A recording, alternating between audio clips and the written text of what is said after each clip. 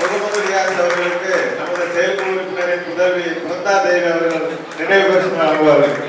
இந்த மாணவன் வந்து ஆரம்ப பள்ளியில் 4ஆம் வகுப்பு படிக்கும் போது நாங்கள் அங்கே விழாவுக்கு சென்று இருக்கும்போது பெருந்தலைவரை பற்றி சிறப்பாக பேசினார்கள்.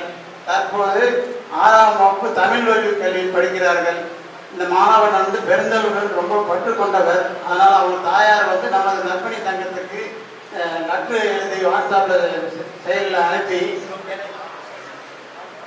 எனது மாணவனையும் என் பையனையும் பேசுறதுக்கு அழகின்னு சொல்லி கொடுத்தாங்க. அது பேர் கூப்பிட்டு வந்திருக்கோம். அவருக்கு நினைவு பேச குடும்பத்தார் வந்து வாங்க மாதிரி கேட்டுக்கொள்கிறோம். அவங்க அப்பா வாங்க, அமைப்பாளர் வாங்க.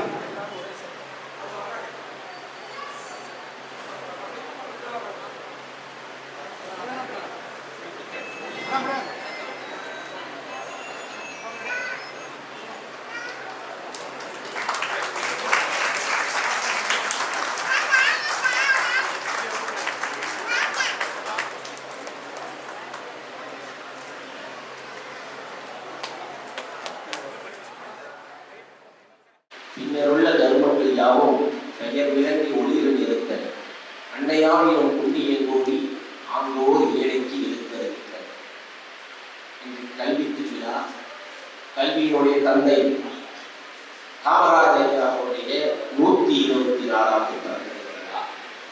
இந்நிகழ்ச்சிக்கு வருகை தந்திருக்கின்ற மாணவ மாணவிகளிலும் பெற்றோர்களிலும் காமராஜர் ஐயா அவர்களின் உண்மையான வாரிசு தொண்டர்கள் இருதயராஜன் காட்சி சந்திரசேகரன் அவர்கள் மற்றும் ஒவ்வொரு வருடமும் என் வீட்டிற்கு ஒரு 7 பேர் நேரில் வந்து அழைப்புகள் கொடுப்பார்கள். நான் சொல்லுவேன், எனக்கு வராதிங்க, தயவு செய்து உங்க ஒர்க்கு பாருங்க, வாட்ஸ்அப் நடத்துங்க, ஐயாவுடைய விழாவில் கலந்துக்கிறதுக்கு நான் தான் இறைவனுக்கு நன்றி சொல்லணும்னு சொல்லுவேன். இல்லை அந்த முறை இல்லை, நான் உங்க வீட்டுக்கு வந்து சொல்லி வருஷம் வீட்டுக்கு வராங்க. இதை எதற்காக நான் இப்ப மேடையில சொல்றேன்னா, இவர்கள் வருவதில் ஆச்சரியமில்லை, இந்த தலைவர்களை புகழ்வதில் ஆச்சரியமில்லை. காரணம், இவர்கள் காமராஜர் அவருடைய வாரிசு, அப்படித்தான் இருப்பார்கள். அவர்களை மாற்றவில்லை. நீங்க 124 வருஷம் ஐயா நீங்க லைஃப்ல நினைச்சு பார்த்துங்க. எந்த ஆட்சி அதிகாரம் இல்லாமல் இறந்தவர், பொற்கால ஆட்சியை தந்தவர், யாருடைய பிறந்த நாள் எந்த அதிகாரத்திலும் இல்லாமல் வருடா வருடம் சிறப்பாக இங்கல்ல தமிழகம் முழுவதும் நடந்து கொண்டிருக்கிறது. இது ஒரு பக்கம். இரண்டாவது, தமிழகத்தில் உள்ள ஒரு 10 அரசியல் கட்சிகள் வச்சிருக்கிறார். எந்த கட்சி எடுத்தாலும் எல்லோரும் முரண்படுகிறார்கள், எதிர்க்கிறார்கள். ஒரு தலைவரை இன்னொரு தலைவர் இருக்கிறார். நான் மற்றவர்கள் பெயரை சொல்லவில்லை. ஆனால் அனைத்து கட்சி தலைவர்களும் காமராஜர் அவர்களின் ஆட்சி அமைப்போம், பொற்கால ஆட்சி அமைப்போம் என்று சொல்லுங்கள். நான் விமர்சனத்துக்காக சொல்லவில்லை, தந்தை பெரியாரை மதிக்கக்கூடியவை. ஆனால் அந்த பெரியாரை ஏற்றுக்கொள்ளாத இயக்கங்கள் இருக்கிறது. அதே போல் காந்தியை ஏற்றுக்கொள்ளாத இயக்கங்கள் இருக்கிறது. நான் விமர்சனத்துக்காக நான் சொல்லுகிறேன் தவிர விவாதத்துக்கு சொல்லவில்லை. ஆனால் காமராஜரை யார் வந்தாலும் நாங்கள் காமராஜரை போல நடப்போம், வழி நடத்துவோம், ஆட்சி அமைப்போம் சொல்கிறார். இதுதான் காமராஜர் ஐயா அவருக்கு கிடைத்த. அந்த முகமது யூனிஸ் என்ற பையன் மேடையிலே பேசும்போது காமராஜர் அவர்கள் ஐயாவை பற்றி சொல்றார். என்னன்னா, பெருந்தலைவர், கர்மவீரர், ஏழை பங்காளர், கல்வி தந்தை, தென்னாட்டு காந்தி, படிக்காத மேதை, கிங் மேக்கர், இன்னும் ஒரு 10 பதவி இருக்குது.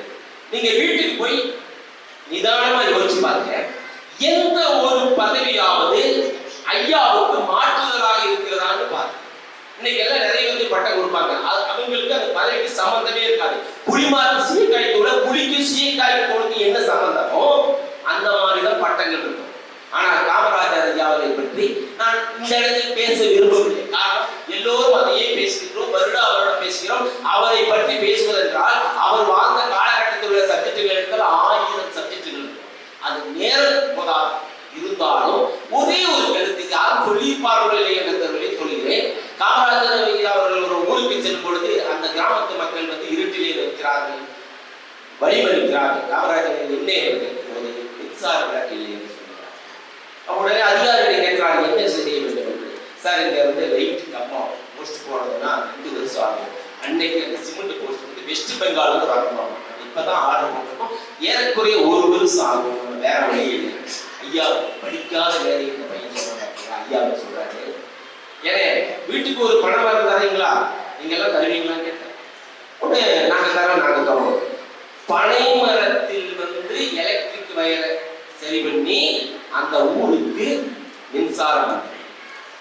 பனை மரத்தில் அதுதான் படிக்காதவர்கள் காமராஜ். இன்னைக்கு நான் சொல்றேன், நான் எம்ஏபிஎல் லோட்டரி டிக்கெட் சொன்னாங்க அல்லவா, இறைவனர்களால் காமராஜர் முதலமைச்சராக இல்லாவிட்டால் நான் கைவண்டி இழுத்துக் கொண்டிருப்பேன்.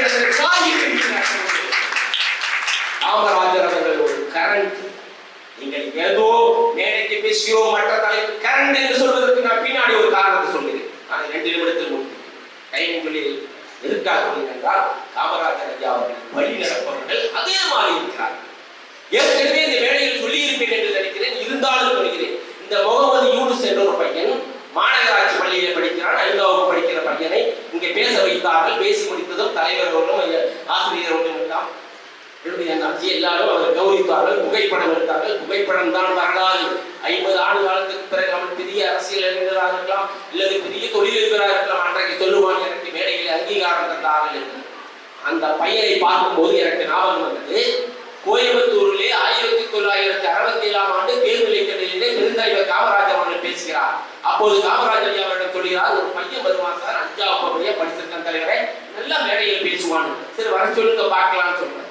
அன்னைக்கு மேடையில் அந்த பையனை உட்கார வைக்கவில்லை.